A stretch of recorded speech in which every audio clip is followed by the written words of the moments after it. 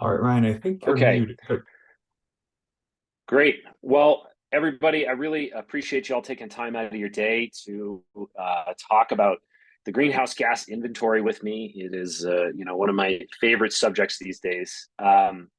Before I dive into it, I'm going to apologize in advance. The change of seasons has hit my house with a vengeance, so we've got all the daycare bugs swirling around at once. So I'll try not to cough or sneeze or anything into your ears, but just bear with me.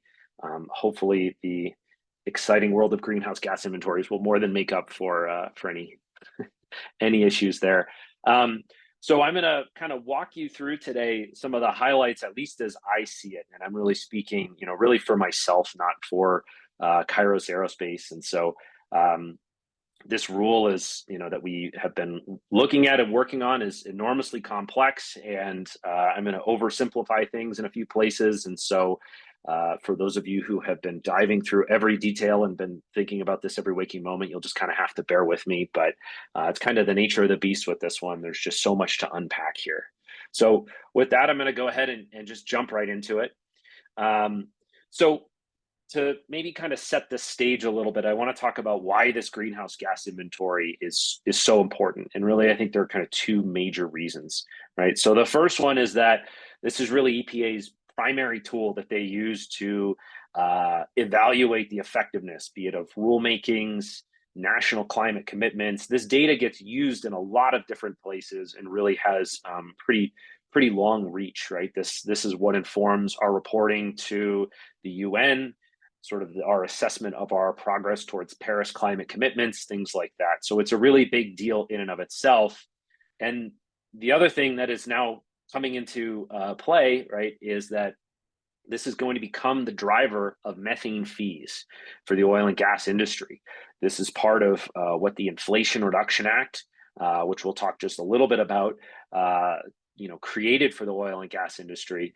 The emissions that you report under subpart W are really going to underpin some pretty major financial implications for oil and gas operators. And so the inventory has historically been this thing where we're kind of measuring emissions based on that, but there's not a whole lot of teeth. Now all of a sudden there are real dollars on the line here, and quite a lot of dollars on the line in some cases. So I think that really just kind of raises the stakes for what EPA is doing here. So just to talk a little bit about the Inflation Reduction Act, right? For those who may not be familiar, this was major climate legislation that passed in the US in 2022. It really was kind of a kitchen sink of climate policies. It targeted everything from electric vehicles to critical minerals to recycling to oil and gas emissions, right? And it did so through kind of a variety of carrots and sticks. There are a lot of financial incentives and tax credits and loan forgiveness programs within the Inflation Reduction Act. One of the most important things that it did was, for this world anyway, was to establish the methane emissions reduction program. And talking about the carrots, right, we're looking at over $1.5 billion of incentives that are out there to reduce methane emissions. And that's through a combination of grants to states, competitive grants for other areas. Some of that money has been rolled out. More of it is coming. There's a lot that's happening there that's going to really, I think, change the way we measure and mitigate methane emissions. But with the carrots come the sticks. This is a really important piece. It also established a waste charge for methane emissions. That waste charge is going to go into effect starting next year, 2024, at $900 a ton. And then it's going to escalate. It's going to increase to $1,200 a ton in 2025, all the way up to $1,500 a ton in 2026. And the way that fee is going to get calculated is based on the greenhouse gas inventory, which again just really brings into focus why this rule really matters. And for those of you who may be wondering, why is it $1,500 a ton? How do they come up with that number? Really, that's largely derived from the social cost of methane. Obviously, natural gas doesn't sell for $1,500 a ton. That would be great for certainly all of Kairos's customers, but that's really how they landed on that value.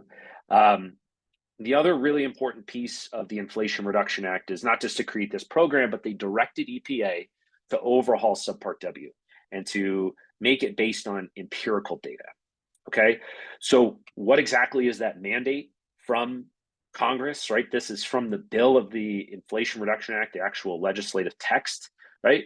So they want subpart W to be based on empirical data, accurately reflect total methane emissions, and allow owners and operators to submit empirical emissions data, right? So that is what the congressional intent is, that is driving what we're seeing from EPA in this action.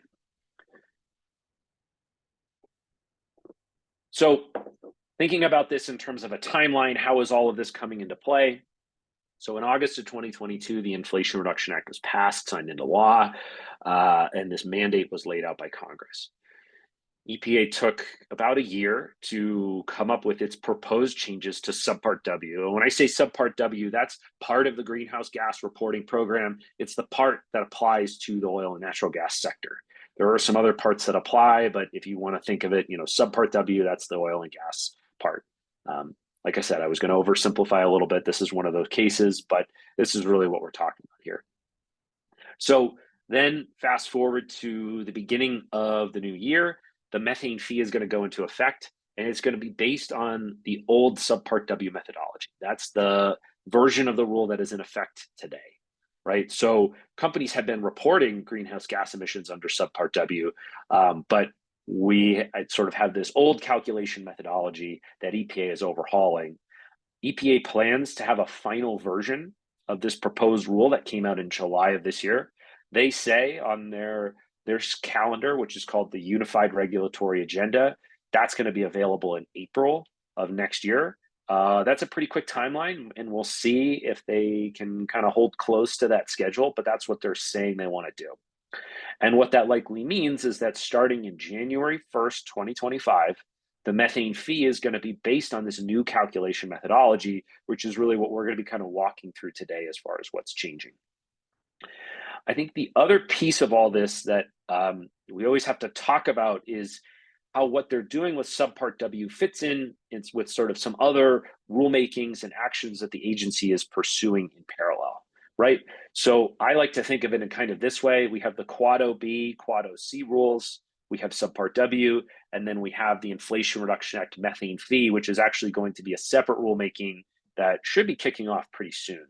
And these all rules are all kind of designed to work together. We're using Quad OB and Quad OC to find the methane, mitigate it. That's the rule that goes out and tells you need to inspect for leaks at this frequency. You can have this kind of emission rate from this type of equipment, right? It really gets into the nuts and bolts of oil and gas operations. Subpart W is then how we're kind of measuring everything that's happening, based on all that activity. And then the Inflation Reduction Act is what is going to sort of provide the accountability that, Congress has mandated EPA to go out and create. So how is subpart W changing? I think if you want to think about this in sort of at a very high level, what are kind of the main ways? I think there are really three of them. So number one, right, reporting is moving to the site level instead of the basin level. So the way that it works today, right, is that your emissions all get sort of aggregated up into, what is essentially all of the facilities within a basin. EPA has this definition of a facility, right? And the facility is, sort of all of your wells, your compressor stations, whatever it is within a particular region. That becomes one site, and you sort of report those numbers in aggregate.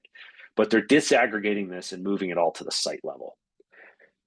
The second thing that they're doing is, as they've been told, they need to incorporate more empirical data. And so they're doing that in a few different ways. And then the third way that I think is really important is that they're adding in new sources of emissions that have not been previously captured within the greenhouse gas inventory, right? So this is actual things that we're not counting today that will be counted in the future. That second bullet, you can think of it as things that are sort of being calculated today through emission factors are going to now be looked at with more measurement. So we'll kind of go through each one of these in a little bit more detail. So reporting at the site level, right, instead of the basin level, why are they doing that? And, EPA kind of lays out its reasoning in the proposed rule. They think that it's going to sort of increase transparency, increase accuracy. If you're rolling up hundreds or thousands of sites into a single number, it's pretty hard to figure out, are there things that you're missing? Are there emissions that are maybe not properly accounted for, right? It's kind of hard to work with and pull all that apart when what's happening at the site level is really what is actually driving emissions in the real world. So by capturing that data at the site level, it's going to give them a much better understanding of sort of where emissions are coming from, and give them, I think, a better ability to go and kind of verify what's being reported. They also see this as aligning with other programs. I think in particular, they're probably thinking of the Quad OB and Quad OC rules, and also that it's necessary for the waste implementation charge. Now, one thing that's not changing in this process, at least as best I can tell, is the reporting threshold. So for companies to become eligible to report to Subpart W, you have to have at least 25,000 tons per year of CO2 equivalent in terms of emissions. And that appears to be remaining consistent.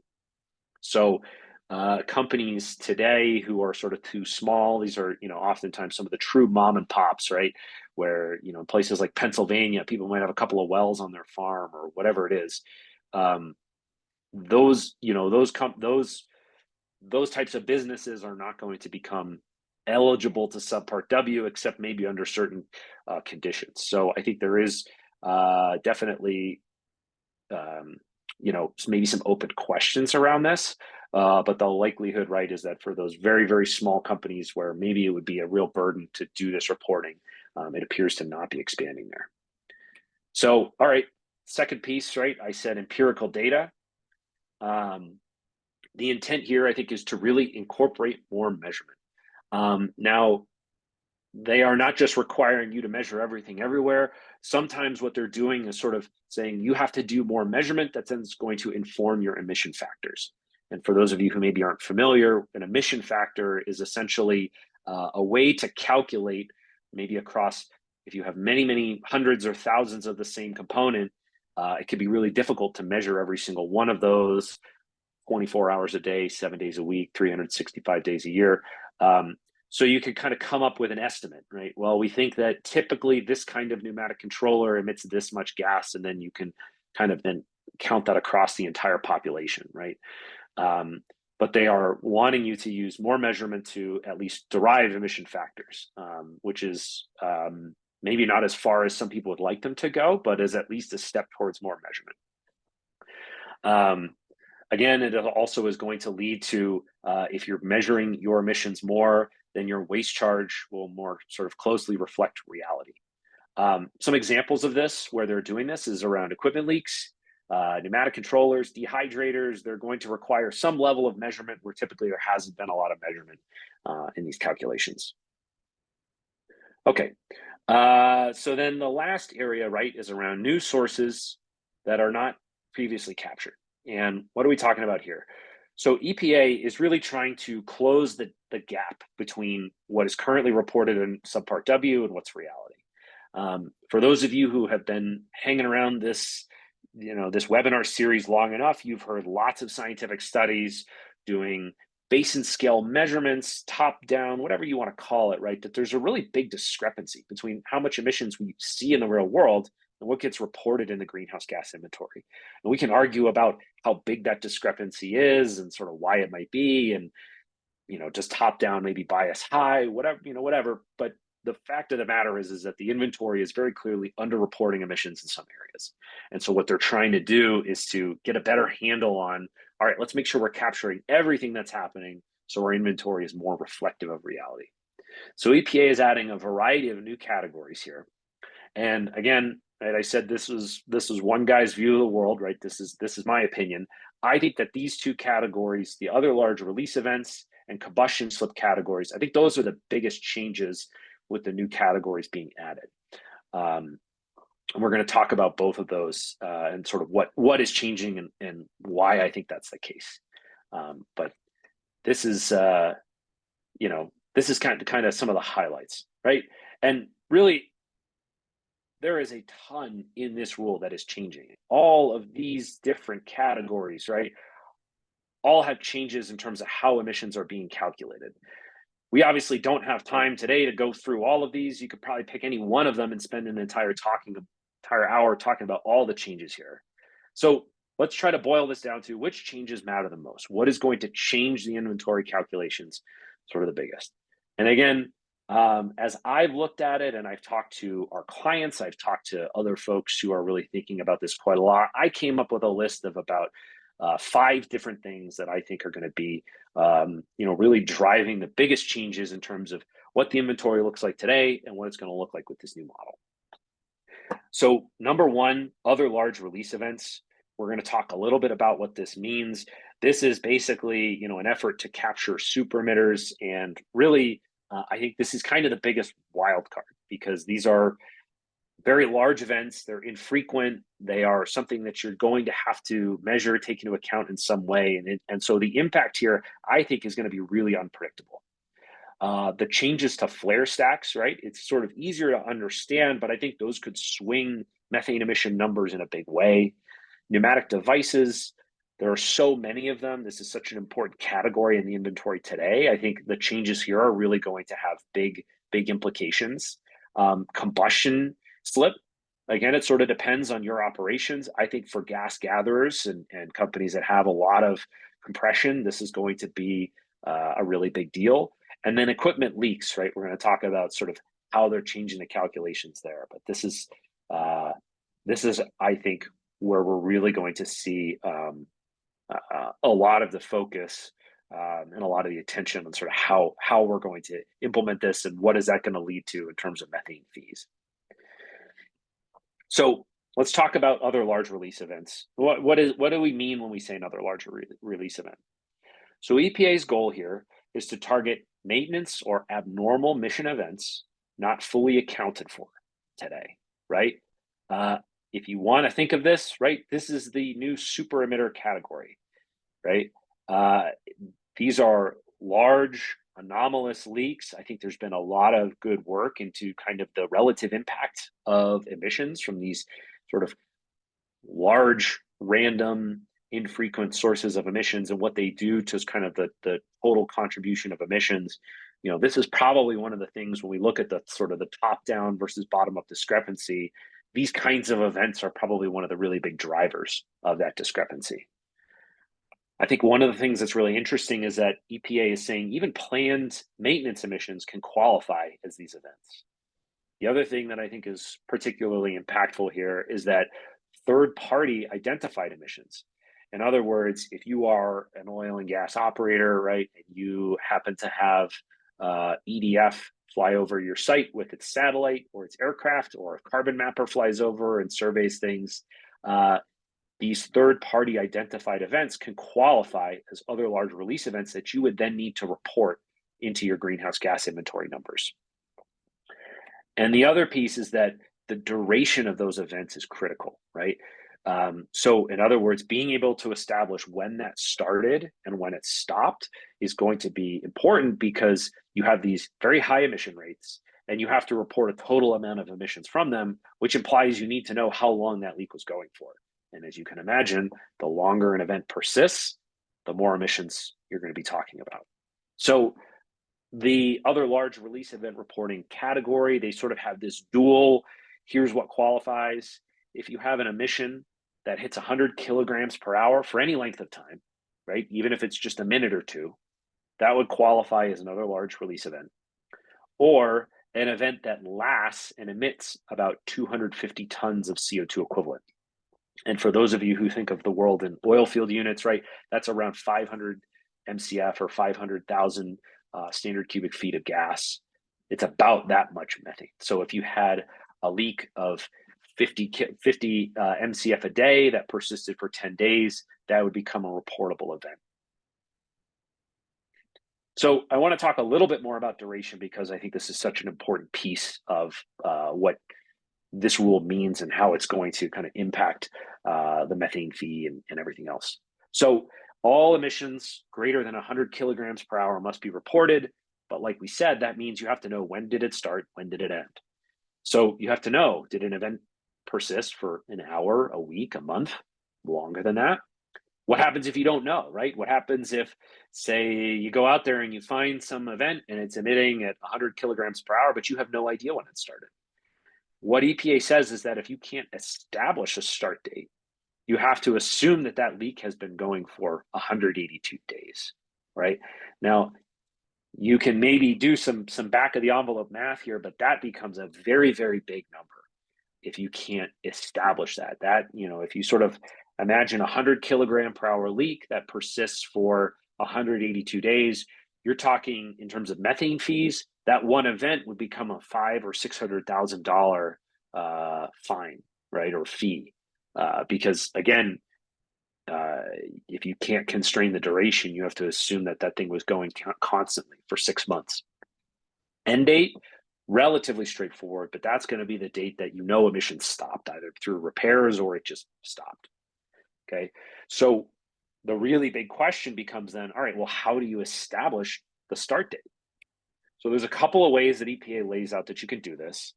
The first one is through parametric monitoring. You can think of this as maybe, you know, SCADA data, right? Did you see a change in temperature or pressure or something else within your SCADA system that shows, oh, you know what? It looks like we had, you know, a bunch of emissions coming from, you know, our separator that coincided with a drop in pressure.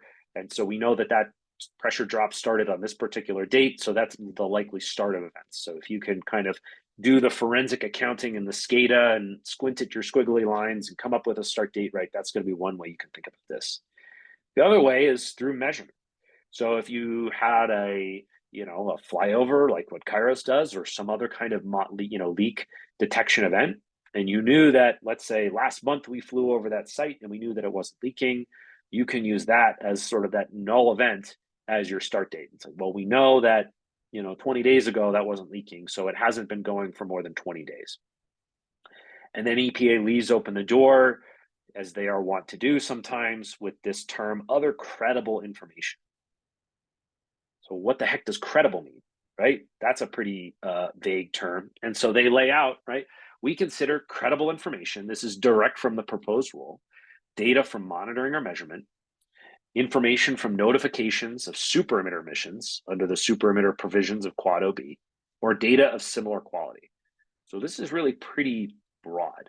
And it'll be interesting to see if EPA offers more clarity here in a final rule, or if they really kind of leave the door open to quite a lot of things. So we're going to have to watch that and see.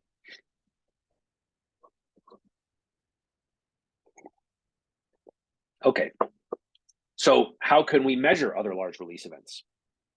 So I think the question to ask, right, can you use this to both identify and quantify these other large release events? Is, can that technology detect an event that has greater than 100 kilogram per hour release rate or greater than 500 MCF cumulative release? If it can't do that, it probably can't be used, at least not everywhere, right? If it can, then I think the question is, can it also quantify those emissions, right? Because again, the quantification piece is really key here, because you have to know exactly how big this event was in order to figure out how much volume to report. So I think there are, you know, worlds where, you know, if a satellite that maybe doesn't offer 100 kilograms per hour, but offers say 200 kilograms per hour or 250, they probably have some uses and can identify some of these release events. I think the question will become, right, can you use that to constrain duration when maybe it's just a matter of last month the leak wasn't quite that size and happened to be below the satellite's detection limit or whatever, right? I think you're going to sort of open the door to some questions there, but we'll again kind of have to explore that. And then the role of quantitative technologies, right? Particularly, I'm thinking of optical gas imaging cameras here. This is sort of your standard FLIR camera inspection where people go out and walk around the site and look through the camera. Those don't quantify emissions. So is that going to be useful in and of itself to sort of get the information you need for these other large release events? Probably not, because you're going to need this quantification piece. So I think this is one of the really key provisions in the rule, this other large release event, but it certainly isn't the only one. So I'm going to talk now a little bit about emissions around flaring and flare stacks and what's changing there. So This one is, I think, going to have a big impact on how much methane gets reported, but it's maybe a little bit easier to understand. Whereas the other large release events, again, I think of them as kind of that wild card because you don't necessarily know how many of those you're going to have in a particular year. You're going to have 1, 2, 10, 100, right? It can be kind of hard to say because they tend to happen randomly. The flaring changes are going to be more predictable, but what they're doing is they're basically tweaking the destruction efficiency. In other words, when you send gas to a flare stack, how much of that gets combusted and how much of that gets sort of passed through the flare and emitted as raw uncombusted methane, because the flares don't achieve 100% destruction efficiency, and there's a big open question as far as how efficient flares actually are. So companies are now going to have to assume 92, 95, or 98% destruction efficiency, depending on how that flare is being operated, right? And I think that this could really lead to major swings of methane emissions. Now, how do you determine whether you're using 92, 95, or 98? That depends on the operational practices you're using at that flare. So I'm going to pull up a table here that's going to kind of walk through that, and then it's going to have some numbers to kind of put that into context, but I'll explain all of this. So if you want to assume the best destruction efficiency from your flares, right, you really have to be following the refinery standards for MACT, which for those of you who are not EPA airheads, right, that's the maximum achievable control technology. That sort of is the absolute best you can do. So this is like the Cadillac of flare monitoring, right? You're doing the net heat value monitoring, you're continuously monitoring your pilot, you're sort of measuring the outflow of gas, you're doing all these different things. If you have that really, really high quality monitoring on your flare, you can assume 98% destruction efficiency. If you're doing, you're sort of maintaining the continuous pilot light, you're kind of following the terms of Quad OB, where it sort of lays out, here's what you have to do for destruction efficiency, you can assume 95%. And if you do none of that, right, if you just have this old flare that's been out there for a while and it just kind of runs, you have to assume 92% destruction efficiency. Now, as just a little aside, right, I think this is one of those places where when we talk about these rules linking together, right, Quad OB, subpart W, and then the IRA methane fees, I think this is one place where we can really see this because, again, the rule specifically points to Quad OB for that 95% destruction efficiency, just like it points to the super emitter response program for the other large release events. EPA is trying to kind of tie all of these together. Some folks might argue they didn't do a great job of that, but I think it's clear that when you look at how they're constructing it, that was very much the intent. So what would this look like in terms of the real world? I went and pulled the latest director's cut from the state of North Dakota, where they report gas flaring volumes. And so they say, this is how much gas we flared as a state last month. And if you apply these different destruction efficiencies, what does that translate to in methane emissions? And you can see there's a really big jump when you go from that 98% down to 95 or 92. And hypothetically, if you applied the methane fees to this, it wouldn't actually work this way because it's all going to be company specific. There's methane intensity targets, all of that other stuff. So, but if you sort of just think about it as a little bit of an oversimplification to, again, kind of put some dollars to it, right? These are the kinds of swings that we could see in terms of how much fines people might potentially have to pay because they have that 92% destruction efficiency compared to some of these other higher standards. So another really important change, I think, is around pneumatic devices. So again, pneumatic devices have been historically one of the biggest categories of emissions in the entire inventory. So changes here are really important, I think. And EPA is doing a couple of different things here. They are updating emission factors in some places, and then they are also requiring more measurement in some places. For high bleed controllers, not too many of these left, but they are still out there. There is a new significantly higher emission factor that you're going to have to use for those. And then for intermittent bleed, there's now going to be a requirement that you go out and measure emissions from these controllers. You don't have to continuously measure them. You don't have to measure them every month, right? There's kind of a set schedule that's spread out over time, but the fact that you have to go and take measurements from every single one of your pneumatic controllers is a major change in terms of EPA's approach here. And so I think that this potentially has really significant labor and expense and logistic implications. So, because getting out and measuring thousands and thousands of controllers is no small feat. And really, I mean, I think what EPA is essentially saying here is that they really want people moving to a zero vent pneumatic controller standard. So, talk a little bit about combustion slip.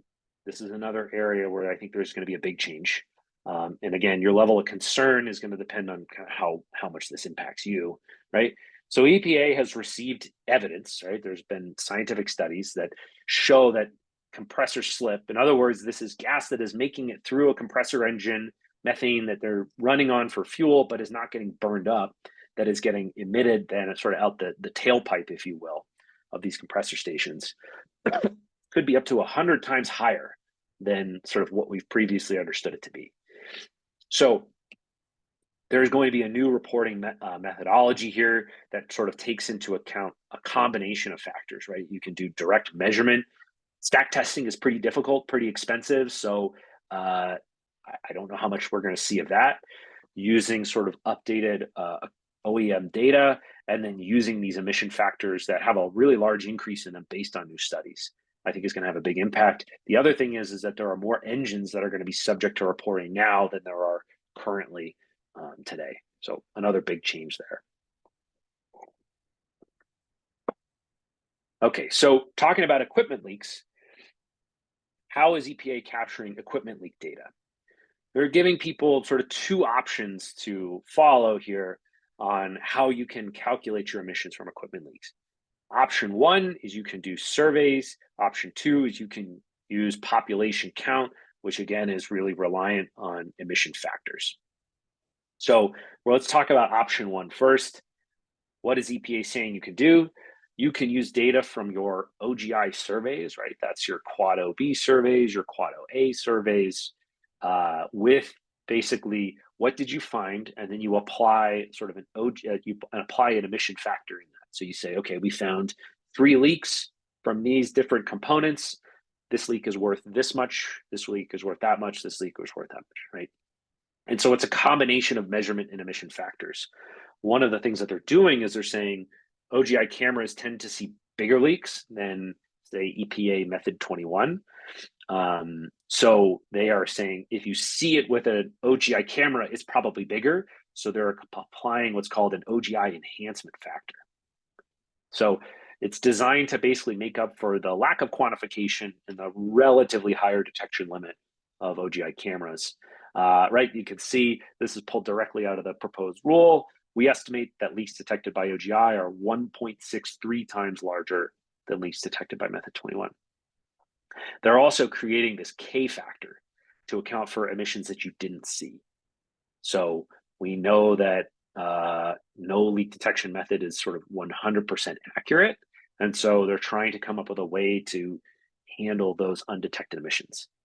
Now, I said leak detection was sort of in the eye of the beholder, and where I think this is really problematic is that your OGI performance and sort of what you see on a leak survey, we know from various studies and evaluations of camera technicians is very heavily dependent on sort of that human error, human judgment, that there can be pretty wide swings in terms of what the best camera operators will see and what the worst camera operators will see.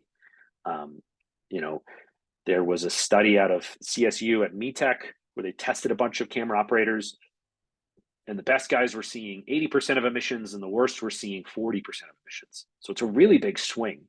And to me, this just feels like such a problem because there's such a lack of consistency in terms of how OGI gets used, that I think it's not totally clear to me how this is going to do anything other than maybe just continue to muddy the waters in this area. So there is another option, which is that if you want, you can find a leak and then directly measure it, using high flow sampling and stuff like that. But again, that's going to become really time consuming, probably expensive. Not clear to me that that's going to be particularly advantageous. Although if you wanted to sort of go through that process and prove that you had a lower, methane intensity to help with your IRA fees, maybe you'd want to go down that path. So door number 2, right? This is around population count using emission factors. And this is the way almost everybody reports leaks today. And they're still allowing people to do this, but the headline change is that the emission factors you have to use are increasing significantly. And there's a couple of studies, including, I know Chris from Highwood is on the call. I don't know if Jeff is on, but Jeff Rutherford's work actually through Stanford and probably with some other folks who are on this call. This is now the science that's underpinning what those emission factors should be. So you can either thank Jeff or blame him, depending on how you feel about this change. But the goal is, again, a lot of these equipment leak factors were based on studies from the 1990s, right? Through the Gas Research Institute. There was a big study in 1996 that looked at a lot of this stuff. And we obviously have better science available today. And what EPA is trying to do is update things to sort of incorporate that latest science. So again, another big potential change here, right? If your equipment leaks are going to be increasing by 2 to 3x, that's really going to have, I think, potentially significant impacts on the numbers that you're reporting. So really, I think there are kind of a few takeaways on what all is changing here, which is that top to bottom, the inventory is changing. There are very few areas that they've just sort of totally left alone. This bullet, this is for Bob Kleinberg. This is, EPA is leaning into measurement. They're clearly incorporating it, but not everywhere and not as fully as I think some people would like. And I think Bob has really been banging the drum on this for a while, rightly so, that we just need to get more measurement into this. The more we can measure, the more things are going to reflect reality. I think EPA is definitely moving in a more measurement oriented direction here, but probably there's a lot more that could be done. I think the other thing that's important is that emissions for virtually everyone who reports under subpart W are probably going to go up. There are not a lot of changes in here that you can look at and say, oh, great, we can take advantage of this change and now we're going to be able to report less. There are probably some for some companies in certain situations, but by and large, numbers are going to go up. I think another important takeaway is that, again, this third-party data and other large release events, this is really where we're going to see kind of the most unpredictability that factors into things, because it's really hard to know. We're not really able at this point in time to predict, oh, next month there's going to be a super emitter, other large release event at that particular site. We find out about these things by going out and looking. And when you look, you don't know what you're going to find. I think the last takeaway is that the changes will be live in reporting year 2025. So that means starting in January of 2025, that's when these changes are all going to go into effect, and that there are going to be real consequences for the methane fees.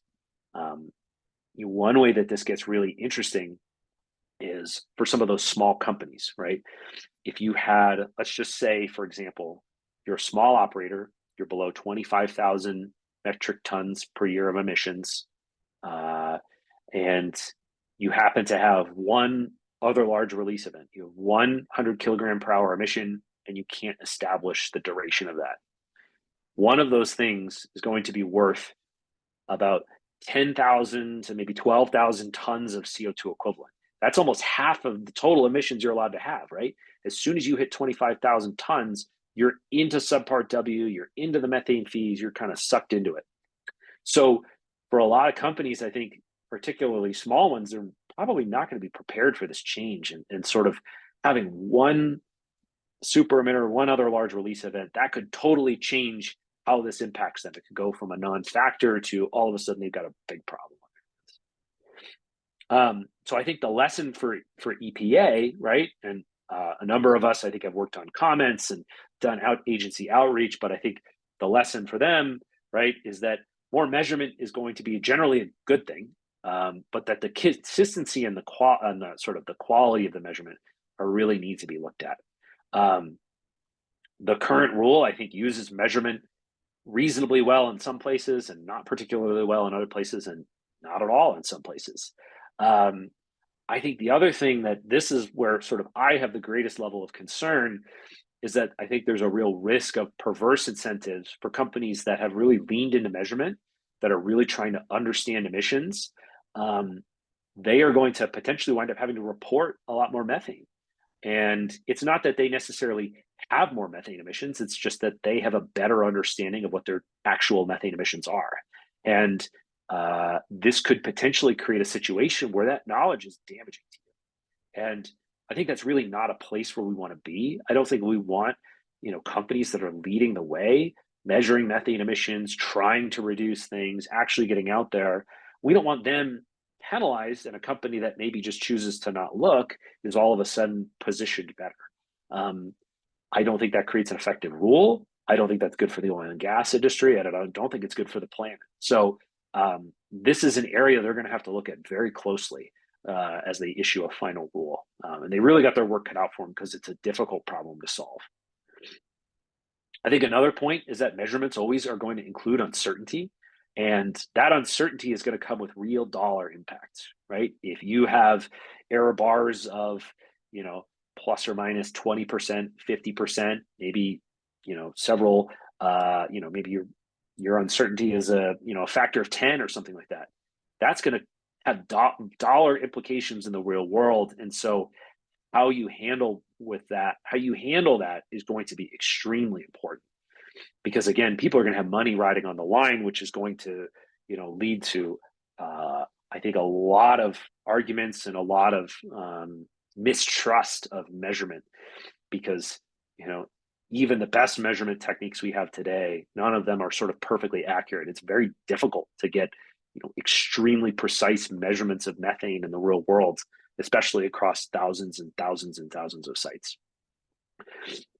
The last piece that I would be remiss if I didn't mention is that there are major measurement gaps that still remain. Gathering lines, I think, are a particularly interesting area. EPA is sort of going all in on emission factors for gathering lines. They're basically saying we don't have good enough measurement data today on how much gathering lines emit, so we're just going to kind of leave things static as they are. There is some increased measurement that's going to be happening through regulation with the Pipeline and Hazardous Material Safety Administration through PHMSA. So, we will be getting some data here, but there are a lot of gaps in what PHMSA is doing.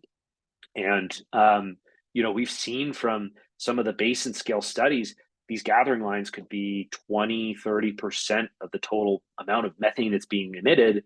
And we sort of have no way of tracking that in the inventory still as it's written, because the way the emission factors are constructed, not a lot of measurement, not a lot of new data being incorporated. I think there's a real risk here that we may just not understand what emissions look like from those sources. So that's everything that I have. I'm happy to take any questions if people have thoughts or things that they would like to share. But really do appreciate the chance to talk with everybody. I think this is one of the most intricate rules that I've ever worked on, and trying to kind of pull all this apart has been really fascinating and a little bit scary sometimes too.